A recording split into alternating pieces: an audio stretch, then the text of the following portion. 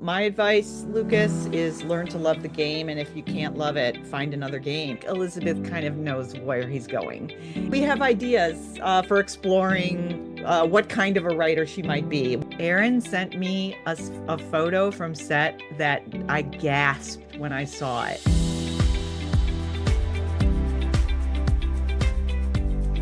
Hi, everyone. Welcome to the Heart and Motion podcast. I'm so excited to welcome back to the podcast When Calls the Heart showrunner Joy Gregory. Hi, Joy. How are you doing? Hi, really good. How are you, Stephanie? I'm great. So great to talk with you again. You wrote Pleasure. episode 11. It's been fun to be able to talk to all of the writers throughout the season. So definitely wanted to have you come back to be able to kind of talk about episode 11. And we haven't visited since episode 2. Oh my So there's a gosh, is that lot. true? Wow. Yeah. Oh, yeah, right. Wow. There's a lot. I know you also co-wrote with, was it episode 5 with Max? That's right. And he came on and talked for episode 5. But I'm curious, I want to go back, if you don't mind, a couple of episodes. Episode 9 and 10 were really big episodes. We had Yeah. Brooke Shields there. There was a lot Yes. going on with the memory hunt Yeah. and Brooke being there and the Yeah. ring caper. So, were there any big moments, after you see the final take of those 2 episodes that really stood out to you? I mean, one thing I loved was that I loved as storytellers that we didn't give LJ that medal back. Like that things are lost in Yeah. life. Yeah. And it's a more realistic way to talk about the value of memory because you are going to lose things and it's inconsolable and yet it happens. Yeah. And you've got to find your comfort in what remains. And what remains is the way we affect each other and the legacy of how we loved each other, our memories. So I was grateful, there was discussion about like, we got to find that medal, right? We got to find the medal. And it's still out there somewhere, but Yeah. we didn't find it in that episode. So I was kind of grateful that we did that.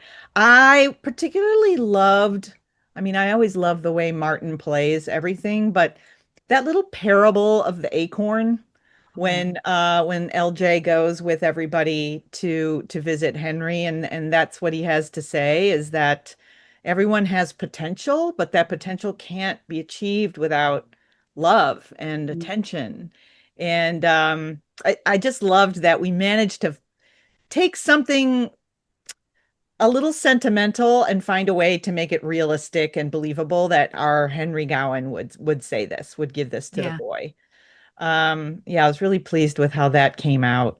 Um, I loved Lucas and Edie's just yearning through the telephone lines. That was a moment I have to say. I've said this elsewhere, so forgive me for repeating myself, but I wrote an email to Chris and Miranda after seeing the dailies of those telephone scenes to say, we had a little bit of a crisis of faith after we turned that script in. Like, were we foolish to put them on the telephone? Like, we put our lovers on the telephone. Why did we do that to ourselves? Like, by all the rules of drama, it's more interesting to see them in a room with each other, but then those magic actors just made it full of yearning and longing. And it was better because they could only use their voices and we got to see their faces and what they weren't showing each other on their faces, but they were just letting seep through in their voices and their carefully chosen words. I loved how that played. I That got was a to big visit. one. I got to visit with Martin Wood actually this morning. That podcast will be Oh, coming out in a couple of days. And I asked fantastic. him, I said, were Miranda and Chris, in the same room? Because I know sometimes they're able to do that, sometimes they're not. And he said, Right. they actually weren't. They filmed on separate days. And I Yeah. said, how in the world did they pull off? I mean, that had to be, I mean, be one if they're in the same room and they've Yeah. just got that chemistry, but to still have the chemistry and to not even be in the same room, I'm like, what amazing actors to be able to I pull that off. know. It's one of the many things I marvel at about camera actors is, you've got a well-meaning and very kind first AD or PA, reading haltingly the words off screen for them, and they're just fully filling it with a Yeah, beautiful performance. yeah, And yeah, they do it. so Uh, good. I was also looking over my notes on moments in episode 10. I mean, Charlotte at Jack's grave is just it's such an honor to be able to pay off such a huge moment in the history of the show so many seasons later. I mean, and to find a way to graciously justify that she wasn't able to give this have this moment of acknowledging the loss of her son in this way until now. And then, of course, Brooke's performance was such a profound gift in that moment. She was so beautiful. So that was a real thrill to see that. And then a little thing that I just absolutely loved was how Rothgar played Ned getting a little emotional when the ring made it real. Yes. He's just wonderful. You give those actors the smallest little thing and they give you gold. That was just And a Rothgar bit. can swing it from the comedy of just like bear hugging Nathan in that Yep. moment to Yep. the other and getting all teary-eyed. I'm I like, what know. talent? What talent? Totally. And then the last thing is David Gray has a delightful talent for character names. They just pop out when we're talking about stories. And the name that just popped out was Henry I Throckmorton. knew where you're going. I know. It was just like, yes, of course, his name is Henry Throckmorton. It was just such a Oh. good one. Oh, so good. So many good Yeah. moments. And you mentioned the grave scene. I've watched that episode, I think 4 or 5 times now. And Oh, every time I cry in that yeah. moment, it was so powerful. So Yeah. good. Oh, thank you. So good. That's meaningful. I really appreciate that. Yeah. Yeah. All hail Brooke Shields. So good. So Erin Krakow posts always. She's great on Saturdays of giving us some behind the scenes pics. In her carousel that she did this weekend, there's a pic of you, and it looks like you're maybe in the saloon. Were you able to go visit Jamestown about episode 11? Yeah, I was on set for, I can't remember if it was 2 or 3 days of the shooting for block 6. So some of episode 11, some of episode 12. We don't shoot them in order in a block. It's just according to the efficiency of using all the scenes in a certain location, so we don't have to go back and forth. So I got to see some of the trial in the judge's office, and then I got to see a very pivotal scene in the saloon with Lucas, and that's all I'm going to say because you're going to see it next week. Excellent. That's Yeah, awesome. More to yeah, come.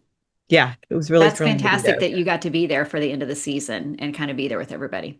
Yes, yes. It only becomes possible when the bulk of the writing is done. So we had turned in the last script, and I was able to go be on set, which is always such a thrill. That's so cool. So, talking about episode 11, we've got an opening scene where we've got Nathan walking across the field Hmm. and he makes a comment and he just uses the word finally. Like Yes. he's admitting that he's been waiting for them to bloom. So, can you talk about that moment, having it there and deciding that asters would become Elizabeth's favorite flower? Yes, of course. We are beholden to the production schedule and the weather of Canada. So it just so happened that Block 6 would be shooting in October when I got a little bit of an education about how quickly it goes from beautiful, so-called Indian summer, the full flower of summer, and then it is bleak, austere autumn, like in a week, it seemed like. So we wanted, the story is Nathan wants all the conditions to be just right to finally give this ring to Elizabeth and ask the question. And so we wanted to create some history for them that we've never established on screen, which is, and in our minds, we imagined it. And, sometimes as writers, you want to imply something that you don't fully explain. And so in our minds, it was a certain walk that they took around this time of year when Elizabeth pointed out the asters, which are, we had to look up what's one of the last flowers that blooms before, fall has truly fallen in this geographical area. And a few of them weren't very pretty, but one that was very pretty were the asters. They're little purple blooms with a lot of spiky petals. And, we knew, of course, that we established that Nathan brought Elizabeth violets, but we wanted to imagine that there was another significant conversation that for Elizabeth was a moment of realizing maybe I have a future with Nathan and maybe my heart has really turned toward him now. And we imagined that she talked about how asters are one of her favorite flowers because they're the last to bloom before winter. And so they show that it's never too late, Mm, meaning it's never too late for new growth and a new mhm, chapter that you maybe weren't expecting after becoming a widow to the love of your life. That maybe winter doesn't just fall, maybe there is new life to be had and a beautiful new bloom. So got that it. was what we were imagining with that. So we're saying this walk would have happened like after they decided to give it a go. Yes, yes, Okay. yes. So it was a moment when when they understood they were maybe talking about their future together in code. Okay. So that was the significance of it. Okay. And we'll talk more about asters and the dinner scene coming up. Great. So we skip over to Lucas. Lucas admits to Lee that what he's accomplished as governor feels like less than he had hoped for. And he even Mhm. says he feels empty. How are you thinking about Lucas at this point in his journey? Is there a path forward where he can make peace with his time as governor? Because we're rooting for Lucas. We want him to feel successful as a governor. Mhm. But maybe he's discovering that, there's something else that's next. Yeah, we do want to realistically pivot Lucas towards something new. We really want to open up a lot of new story for him next season. I'm really excited. And of course, as storytellers, we always want to do it in a way that feels organic, that you're not just wrenching a character away from this thing. We know we told you that he cares about government. Well, now he's just cynical about it. We tried to patiently build that with the frustration of the territorial assembly, which is a realistic thing of like, I established this fund and it got kind of railroaded to become through cronyism to violate the spirit of what it was intended for. And Lucas, felt really disillusioned by a few of those that we hopefully realistically gave him in the course of the fire recovery. And yes, we are building toward leading him to a new direction after government. And you'll see. It's really good for us to remember, why Lucas signed up to do it to begin with. It wasn't necessarily the drive and the title, but at his heart, what he's really wanting to do. And is this the place for him to do Yes. that any longer? Exactly. That is his overall quest. How can I make a difference? How can I really get things done? Yeah. Much more than status or the trappings of power. That's not that character. Yeah. Yeah. So the trial lands in episode 11. We've been working up to this since episode 2, basically. So I'm Right. curious, with this being such a pivotal episode to kind of really wrap up that investigation and how it impacted the community broadly, like Yeah. what those conversations were like between you and Director Kristen Lehman, just to kind of see that trial through and what needed to happen, who needed to be there. Kind of, can you go broad for us on that? Yeah, sure. Well, we knew that the big climax of the whole fire investigation scene was Christopher's return. We knew that was the pinnacle moment that the whole thing was for, honestly, was to get to that. And as we were building toward there, we knew early in the season that's going to be the big moment. And then as you're slowly building there, you really want to find how is that moment going to affect our other stories. And it was exciting to find those, how it's going to inspire Lucas to, you know what?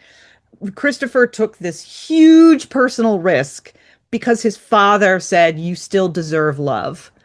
And we saw the cutaway to Lucas hearing that in Henry's appeal to Christopher. How are each of our character strands affected by that? Minnie is able to be compassionate to Henry even when Henry's son imperiled her son in a profound way. And, we're going to see that for Joseph, it's a bigger struggle. But Minnie, ironically, the spouse of our minister, finds a deeper compassion this week than is immediately available to our pastor. So we liked the challenge of that, the complexity of that, the humanity of that. So yeah, with Kristen, it was really about teasing out and talking about locating, landing, how this climax of this investigation is emotionally affecting every other story in the episode and touching on it. It really felt like what you encapsulated in Bill's opening dialogue. It really covered a lot of that. Can you talk a little bit about crafting that opening dialogue for Bill? It was a great monologue to be able to share that just really touched on all of the different areas that this crime has really impacted. Right, right. Well, it was absolutely though the project of the season was to take this, whether it was preventable or unpreventable, we don't know, but to take this devastating catastrophe of the fire and put it in human terms. And that was the dramatic assignment we gave ourselves with Bill's opening statement is this was a human thing that happened to people. I was just listening to an interview with I'm trying to remember, did this come up? Yes, it came up with an interview with Chloe Zhao, the director of Hamnet, Got it. who was talking about how she's working on adapting some manga, which are Japanese comic books, but they can be quite mythic. And she talked about how manga, which seems like this kind of pop culture thing, is in fact connected to the Japanese religion of Shinto. One thing of which is one tenet of which is that every object has a spirit. And that's what I wanted Bill's speech to kind of get the show to stop and the trial, both the show and the trial, to stop and take stock of.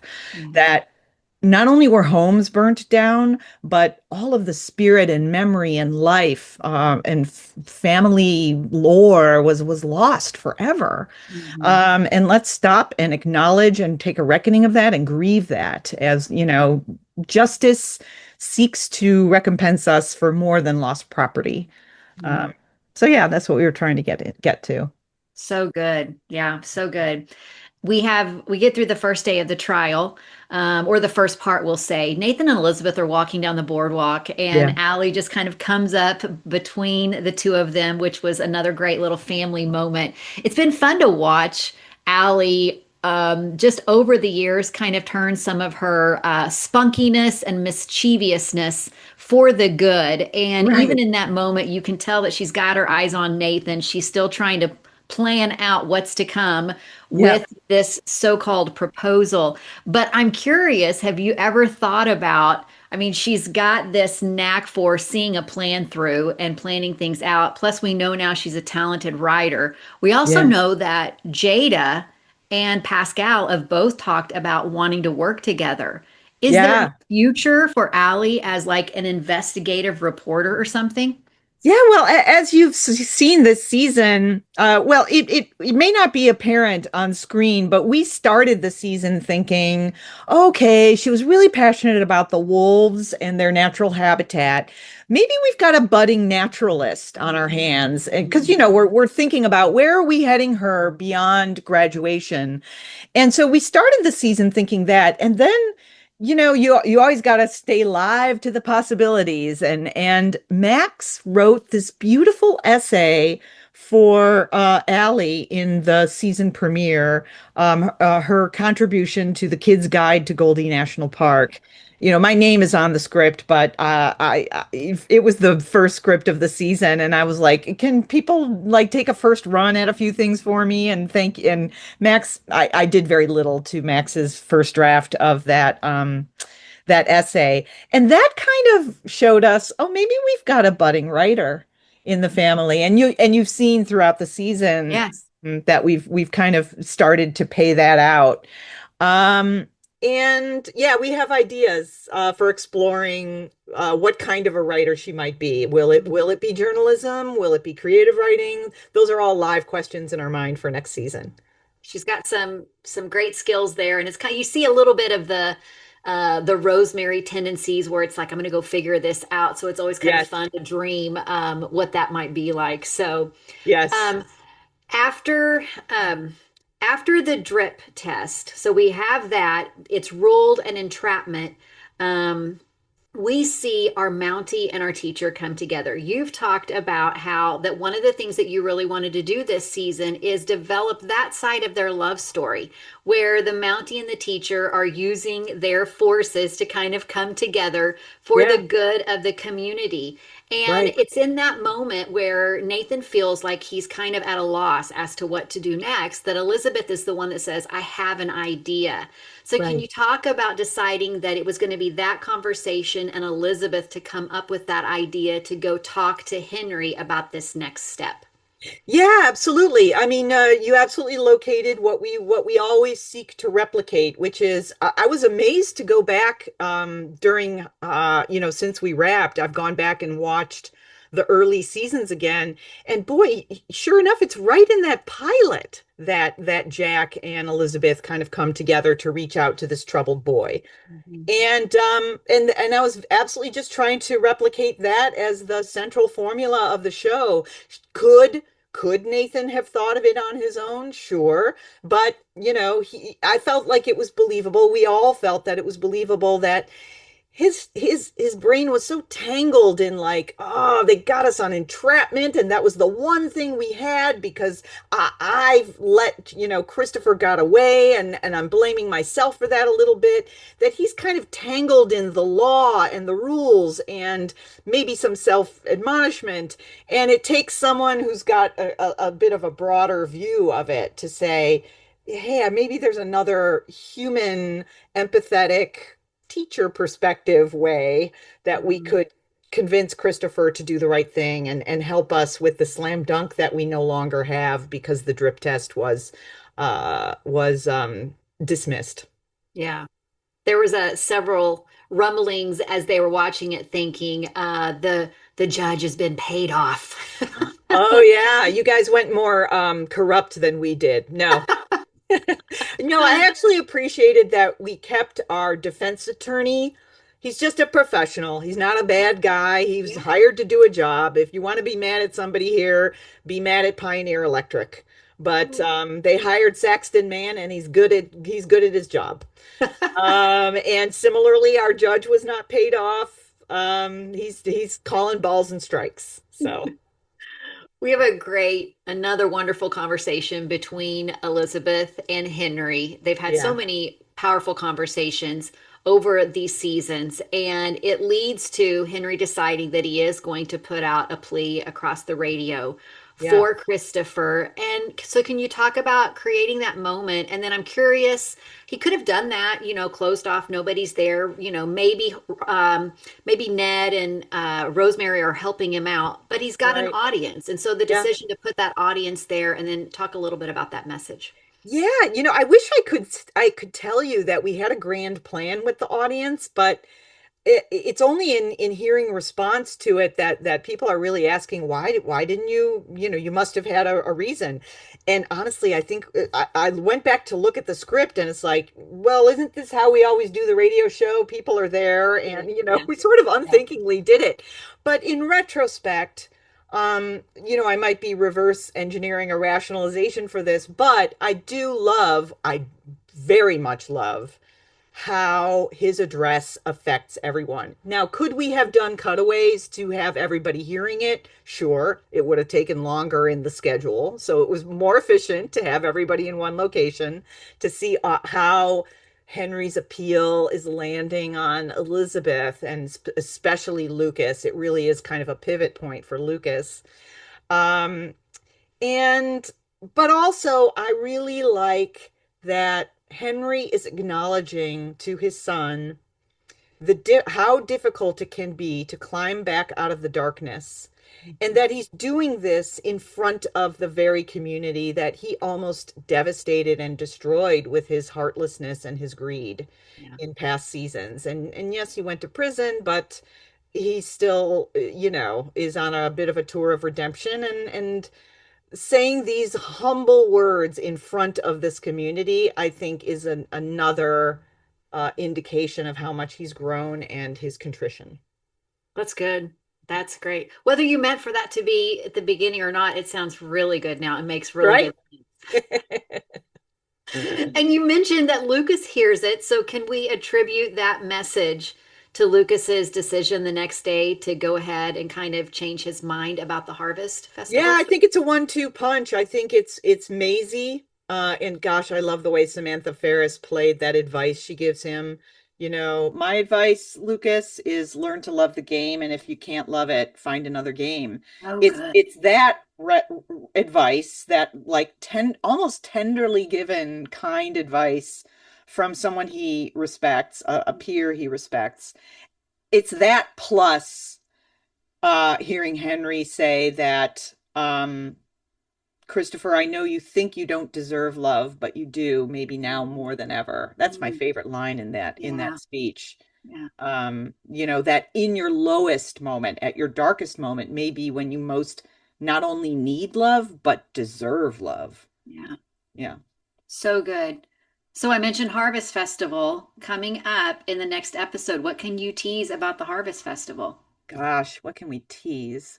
Well, a harvest festival is an acknowledgement, a celebration of the bounty of our harvest, and but it's also a preparation for winter, an acknowledgement that it's only together that we survive the hard times, and we hope that it's a fitting um, conclusion and climax to the hard times that our community came together to get everyone through, especially the folks from Benson Hills. Um, but there is a great, grand, and wonderful spring to come, and we will not withhold it from you. Love that. And I'm going to cling on to the word celebration. So everybody, she used the word celebration, right? Did you Yes. use the word celebration? I thought you did. Sure. Yes, I did. Yes. Sure. Okay, so Henry's plea to Christopher works. Christopher shows up. Yep. Fantastic moment where everybody in the room turns and sees him walk in. His first line, which is very fitting, I think, for the season and so many different storylines, is "Am I too late?" Aw. Can you talk about the decision to have Christopher be the one who ultimately kind of brings this situation full circle, kind of solidifies who's guilty, what really happened, and the importance for Henry to back him up in all of this? Yeah. There's a beautiful kind of mirrored father-son story in this episode. It is Christopher's return is the absolute flowering of his previously troubled and fractured and damaged relationship with his father. It is it's Henry's appeal to Christopher that leads him to return and redeem himself and save the town. At the same time, it is when it's Joseph who is called forth by his son at the end. Joseph cannot yet come up with the forgiveness that is asked of him by Christopher in a way that we hope is very realistic, and but it is Cooper who inspires and just reaches out to his father at the end, saying, is it okay that I can forgive him? It just felt like such the first time I read those two scenes side by side, when I sort of put all the script together, it was my favorite moment of the script, is having those two mirroring father son scenes. So good. And just knowing how good of friends they are Yeah. in that moment, but yet still there's this going on. It's so powerful. Mm. Will we continue to see Joseph kind of wrestle with this forgiveness that he's kind of held on to? I don't think I don't know yet how much of a meal we'll make of it. It may be a small moment, or we might make a big story of it. What I will say is, for us, the point of that story was, look, this is not about Joseph finding the resources to forgive Christopher. This is about Christopher getting the lesson from his father, who's been through a very long, arduous journey of redemption himself, It is about him growing and hearing from his father, probably the best lesson that his father could give him, which is that if you're thinking forgiveness comes because you said it once and you're going to be given a handshake and a benediction and a pat on the head, Mhm. that is not growth, my friend. Yeah. Forgiveness is a patient, long built, humbly asked for thing, an earned thing. So for us, it wasn't a story so much about Joseph not being there in the moment, the very first moment he was asked, but rather in Christopher getting the lesson from his father. Don't expect that from anyone. That's not yours to expect. You're going to have to, it's Christopher who needs to be on the long journey, and Joseph will get there, Yeah. when he's ready. Such a powerful moment when Henry and Christopher are out in that field, just kind of overlooking the trees. And it is crazy sometimes how such a simple, and what I mean by simple, because it's not simple, but just the way that's, right in the middle of a field Yeah, with just these trees, and just for them to kind of have that conversation to kind of, wrap it up and where he's at and the journey that's still ahead for him, that's right. was really amazing to watch. Oh, thank you. Yeah, the show offers a lot of love and tenderness and forgiveness all the time. And but this to me felt like a moment of not going all the way there yet, that to me was deeper and wiser Yeah. than it would have been otherwise. Yeah. You always talk so much about you've got to have that balance. We've got, a heavy trial right now.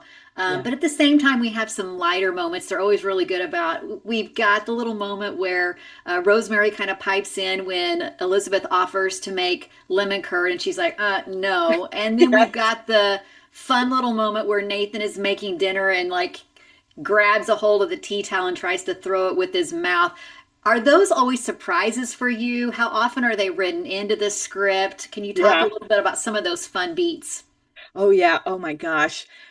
We did not write Kevin tossing the dish towel with his teeth. That was just genius. No, all the script said is something like Nathan's working on dinner, it's not going well. And there was, so I was imagining, oh, something will get dropped, I'm sure. And that was just a delightful discovery. And I also loved this. I loved Pascal's line reading when Georgie kisses Bill and Rosemary says, "I broke that story months ago." Yes. It's never not about Rosemary, You got always. it. Or when Uh, she gets up on the stand and she just knows to spell out her name. oh Like, my I know what to God, do. that was. I have to say, I sometimes you have to write quickly to get the good stuff, and that just came out of me very quickly. That when we cut to Rosemary, she's spelling her last name for the court reporter. Please get it right. Yes. Okay, so we mentioned the dinner, and we've got a big moment with Nathan and Elizabeth where Nathan has, the trial is over. He's told Allie after the trial, he's Yeah. planned, he's admitted to Elizabeth even in the moment that he has planned this, he's worked at it. And Nathan shares when he starts falling for Elizabeth. And Yes. she reflects back, and we talked about this earlier, on their earlier moment with the Yeah. asters. So, was that meant to be Elizabeth revealing when she started falling for Nathan, or not? I mean, in our minds, again, this is a tricky thing to do to you Hearties because you're so devoted and you guys scrutinize every moment and we cherish and love that. But this is a little bit of an ask because we're creating a moment that we never showed you. And again, it was like we need an autumn flower that was important enough to justify that he wanted to wait to propose until it was in bloom. So, and yet the only flower we've established was a spring flower. So we're going to have to create this off-screen moment that we never showed, where we imagined this hike that wasn't necessarily the first moment she realized I love this man, but was a moment when she started to feel like I might have a future with this man. I could imagine a future with him. So Got it. that was what we were trying to locate with that. Got it. So, not necessarily I knew I was falling for you with the asters. No, no. I imagine I knew I was falling for you was one of a dozen moments that Aaron beautifully played of looking at Kevin, that we've all seen along the way. We did not withhold that from you, but it was more like just a moment of something falling into place about seeing a future. Well, that is the big question looming out there is will we ever find out? Will she be? Because Nathan has pinpointed it sort of a couple of times now. I Yeah. know, which was crazy that it was so early on, Yeah, all the way back in season 6. So right. maybe we can have on a wish list someday that we find out when Elizabeth goes. It clicked. It was right here. Yeah, noted, noted. We would love to pay that off for you. Yep, we'll think about that. So going back to episode 6, Nathan does talk about that, and he talks last night about explaining when that was and how kind that Elizabeth was in that moment to Allie. There's been a little bit of confusion about, Mm. when exactly that happened. The book was given over, the Emerson quote, all of that happened. Can you kind of like talk a little bit about that playing out? Because I think there's been some confusion on Yeah. the days and all of that. Sure, yes, I heard there was confusion about Allie skipped school, and we had Nathan kind of unspecifically refer to, remember when Allie skipped school and you were kind to her. We were meant to he was meant to refer to, and then when I went to see you the next day about her having skipped school, I expected there to be punishment, of course, and a normal teacher fallout for a kid who, broke the law. And I might even be in trouble for truancy for all I know. And in Yeah. fact, I learned that this magical school teacher was incredibly kind and compassionate and called forth the best from my daughter out of this misstep, this early misstep. So it's meant to be when I came to see you the next day after she skipped school, but he sort of imprecisely referred to, remember when she skipped school and I saw how great you were. Got The it. next So day kind I of saw how lumping great you those were. 2 days together. Yes. Got Yes. it. Okay. We got Happy to it clear cleared that up up. then. Awesome.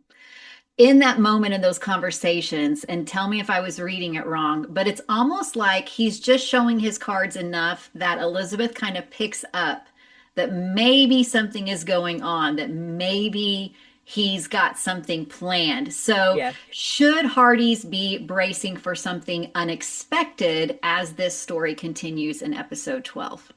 Do you mean to be asking, will they be interrupted yet again? Or are you asking, are things heading toward what seems quite inevitable now?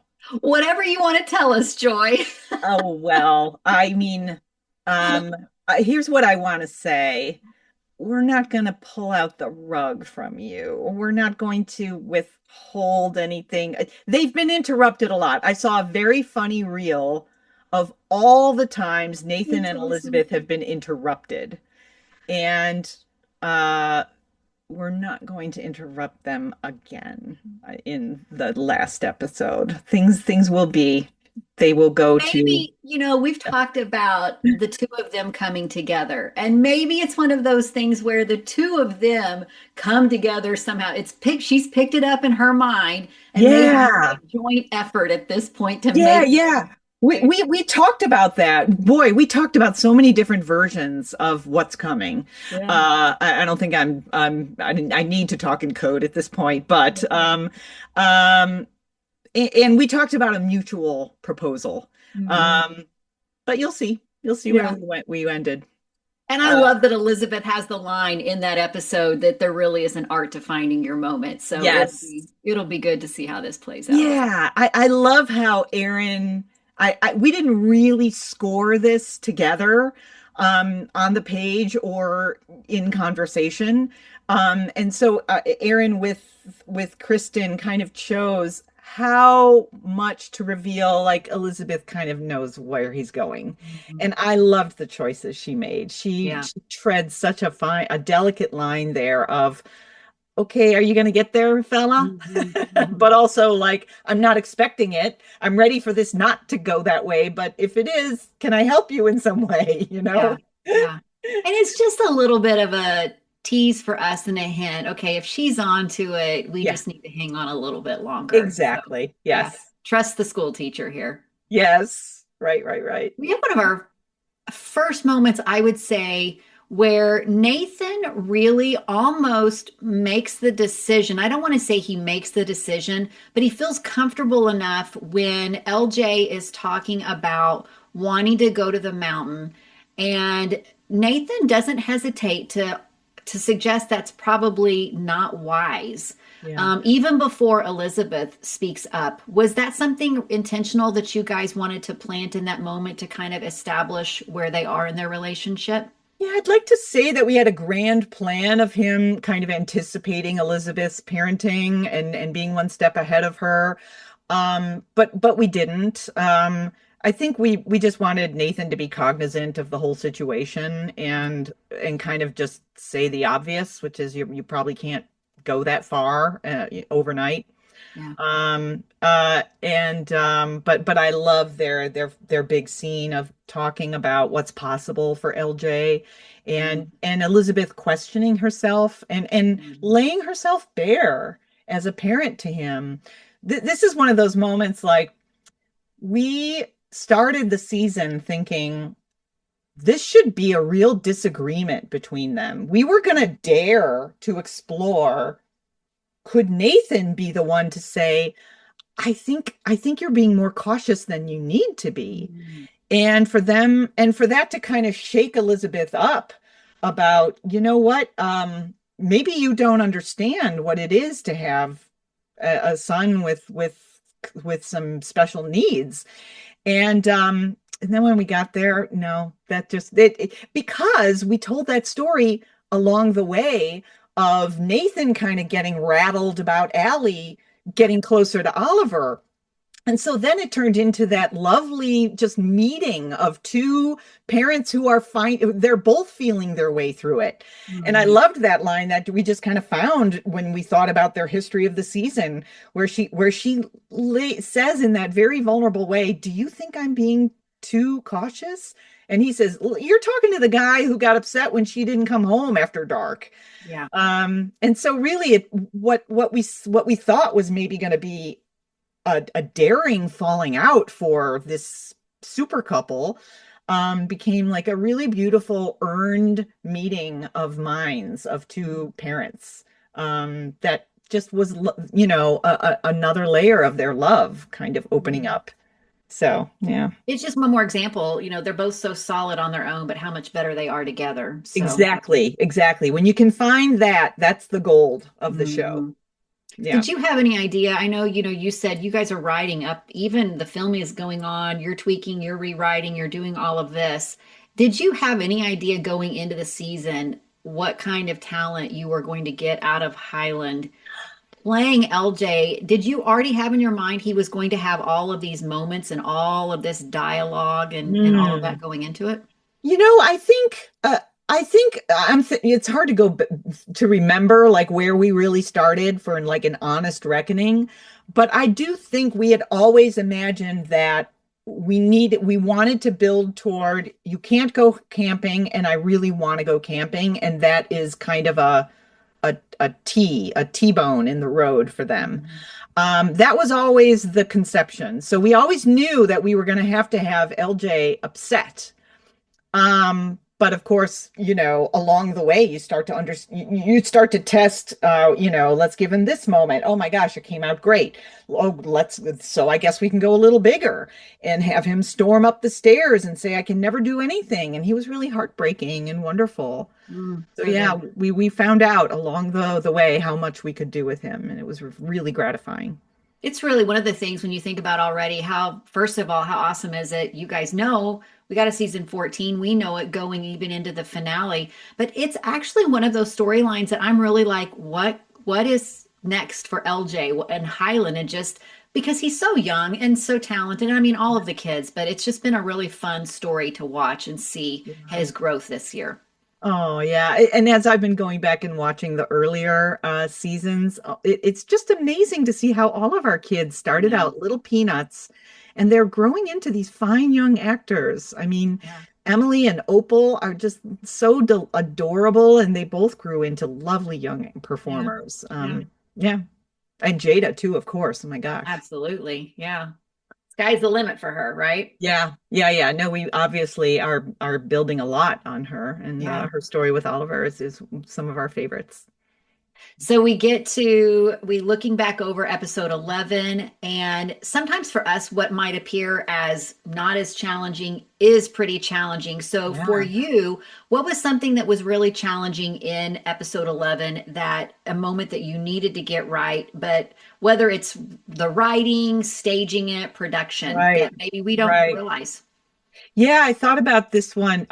In the writing, like at every step of conceiving of this episode, from the overall season arc, when we knew 11 was going to be the trial and Christopher was going to return, from that very first season arc all the way through every step of the script of 11, I really had my eye on, can we understand every twist and turn of this case? Mm, Can we sufficiently but not laboriously explain the drip test so that everyone can follow it without squinting their eyes at not once?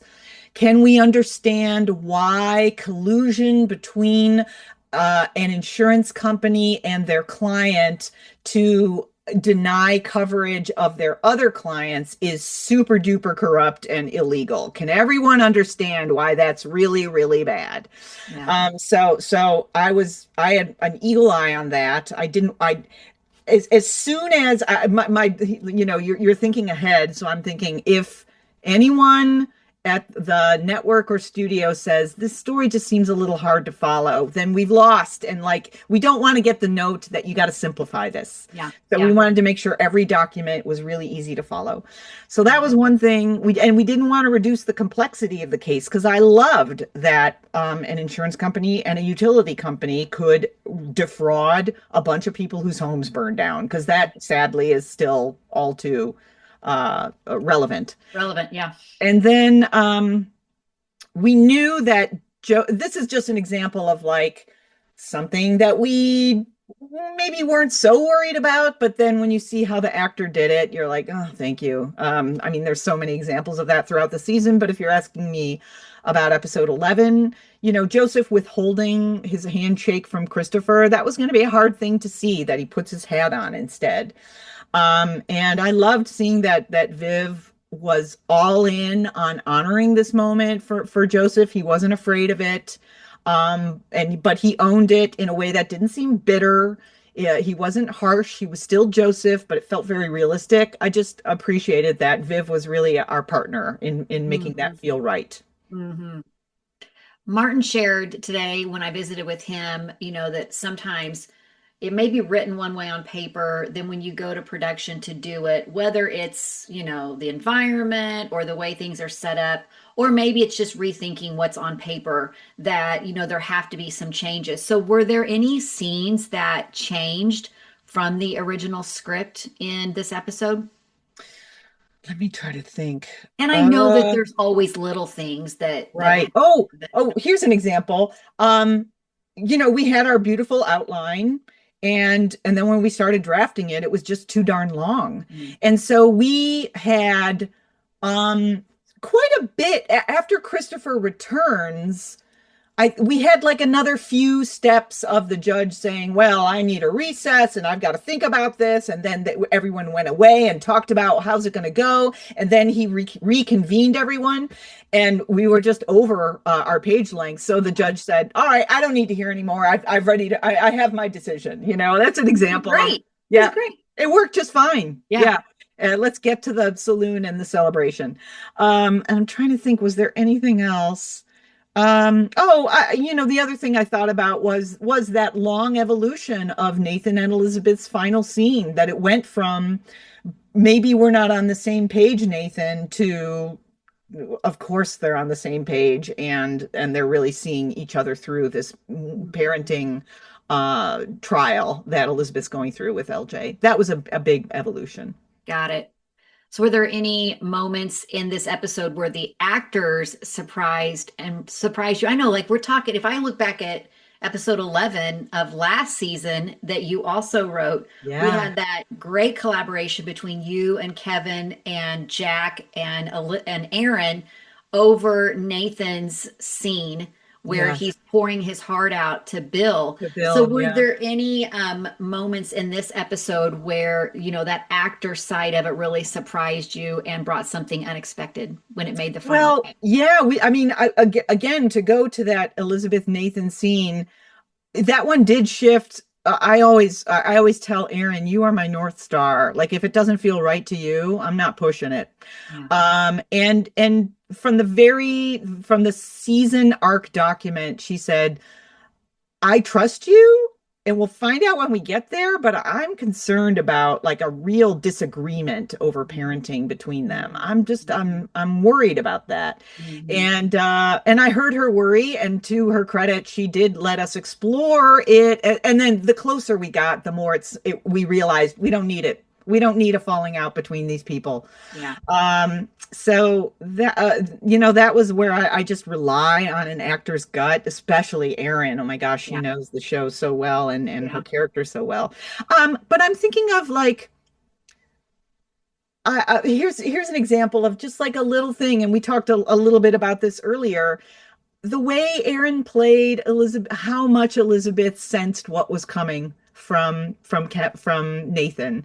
That was like not on the page at all. And that was Mhm. just, oh, you see it in dailies, like, oh, look at Mhm. her. She found Mhm. that, and it's the perfect size. And another little small thing that, I loved when we wrote it into the script that Maisie touches Gowan's arm in the courtroom to Yeah. say like your son is struggling and so is mine. Um and Natasha just played that so beautifully, So good. So Yeah. good. Yeah. You mentioned Aaron giving that look. She actually gave it twice, right? Yeah. Because we've got it at the dinner, and then he Yes, tries to do it again while she's folding laundry. that's right. And it's like Elizabeth instinct is like, I think I know what's going on here, and Yes. this is not the moment to do it Not over now. folding Yeah. clothes, right? Yes, yes, Okay. that was delicate, and Kristen and Aaron just found it on set. And we didn't even really talk that one through. They didn't need me to be part of finding that. Yeah. Yeah. Yeah. Yeah, but it's beautifully played. Do you have a personal favorite moment in episode 11, or maybe something that details like the viewers don't necessarily, maybe we missed something. One thing was pointed out to me that I hadn't noticed, but I was delighted to learn that when and I got to go back and find it now. When Georgie kisses Bill in the Yeah. saloon, apparently Gowan is at the bar doing some kind of like reaction to it. Oh, I have to go back and watch it. I know, I missed it, but somebody pointed that out to me. No, for me, it was the cutaways to Gowan's appeal to Christopher and like Pascal and Hrothgar's looks of compassion and presence and support for Mhm. Henry in this vulnerable moment, but especially how that was landing on Lucas. That was just like I remember my writers have heard me say this before, but I don't know if it's apocryphal, but I love it even if it's not true, that Robert De Niro has it in his contract that every script has to include a moment with no dialogue because these are often the best moments in the Yeah. story. Yeah. Yeah. And again, whether it's true or not, as a writer, I was just like, okay, rule understood. Always include an Mhm. unspoken moment. Mhm. And actors always give you gold. Mhm. And so Lucas just hearing those words and shifting imperceptibly was beautifully played. It's so crazy that you brought up that moment where, they're looking on to Henry because I went back and I watched it. And first of all, I had in my mind that moment where Ned, as Nathan is leaving the mercantile, and Ned just kind of grabs his little mustache and does this. And so we've Yeah. got that side of him. Yeah. But I saw what you're talking about when I went back and watched that radio scene and it panned out and I saw Ned's face and it was just like, it got me. I was like, he is Oh, in that moment right now. I just noticed it today. yeah, yeah. Isn't that beautiful? Yeah. Yeah, he brings So so good. much humanity. And boy, don't throw words at him. Just get good Mm-mm. actors and let them live it for you. Yeah. Okay, do you want to talk a little bit about episode 12, what you can say? Yeah. All right, so when you watch episode 11, knowing where the finale is headed, are there moments where you are quietly planting seeds for what's coming next? Um, well, the ending on the asters, it's never too late. Okay, Yeah. okay. People need to hang on that, right? Hang on, Yes. everybody. Yes. Episode 11 leaves several characters at crossroads. Hmm. So, whose journey might surprise fans most as the story continues in episode 12? I'm gonna say Lucas. I'm gonna say there's some detail about what might feel inevitable right now that's gonna go further than you're expecting. Okay. Brian Bird, when I visited with him after episode 4, he used the phrase shock and awe. Now, Yes. I don't want that to scare anybody because Right. he tagged that on with surprised and excited. So Yeah. it's not meant to be scary. Yeah. So when we talked, that was after episode 4. Should fans emotionally brace themselves for what's coming in the finale? I would say awe, but don't worry, there's not gonna be any shock. Awe. We can Yeah. drop the shock and Yes. focus on the awe. All All right. awe all the time. Yes. Okay. And then Kevin shared in his interview at the beginning of the season Mhm. that there was a scene that he fought for. Other people, David Gray last week said he fought for it Yes. and talked about, use the words terrifying. We're going to think it's a green screen. He's so glad that it happened. Yep. What else can you share? What I can share is that the concern about it was, again, this time of year. Remember when I was talking about how quickly you pivot from the beauty of the end of summer to bleakness and rain clouds, and we just were not sure it was going to work. And Aaron sent me a photo from set that I gasped when I saw it. And it felt like, wow, Providence has Yeah. blessed Yeah. this moment. Yeah. So I'll leave it at that. So good. It's so fun when we get to see those moments. I think back to, what's now part of our intro when Nathan and Elizabeth are riding across on that horse and Elise just captured this beautiful sky that Yes. just happened and they were so rushed for time. But when Yep. no matter who the character is or what the storyline is, when they have those Providence moments where it's captured, it's just really fun for us to watch. That's what we live for. Yeah. Yeah. Well, Joy, thank you so much for What a talking with pleasure, me Stephanie. about episode 11. It's always so good for us as Hearties to get the behind the scenes, know that all of the hard work and intentionality that you guys put in to giving us these stories and then, partnered with all of the cast and crew to bring it to life for us. I'm so excited for the finale. I don't want to wish the season away, but it's exciting to know that you guys may be going back to work soon on season 14. So, We are preparing. I've been gathering ideas. Yes, yes, we'll be back for more, and we're so grateful for this fan base and how engaged you all are, and for the opportunity to talk it through with you, Stephanie, and share it with everybody. And you bring out such nuanced conversation about it. So thank you. well, thank you. So you and David Gray wrote episode 12, Yes, right? The finale. yes, So love to have you back to talk about that and kind of wrap up the season if you're up for wonderful. it. All right. Looking forward to it. All right. Well, thanks so much, Joy. Thank you. All Enjoy, right. everybody. Bye-bye. Bye bye.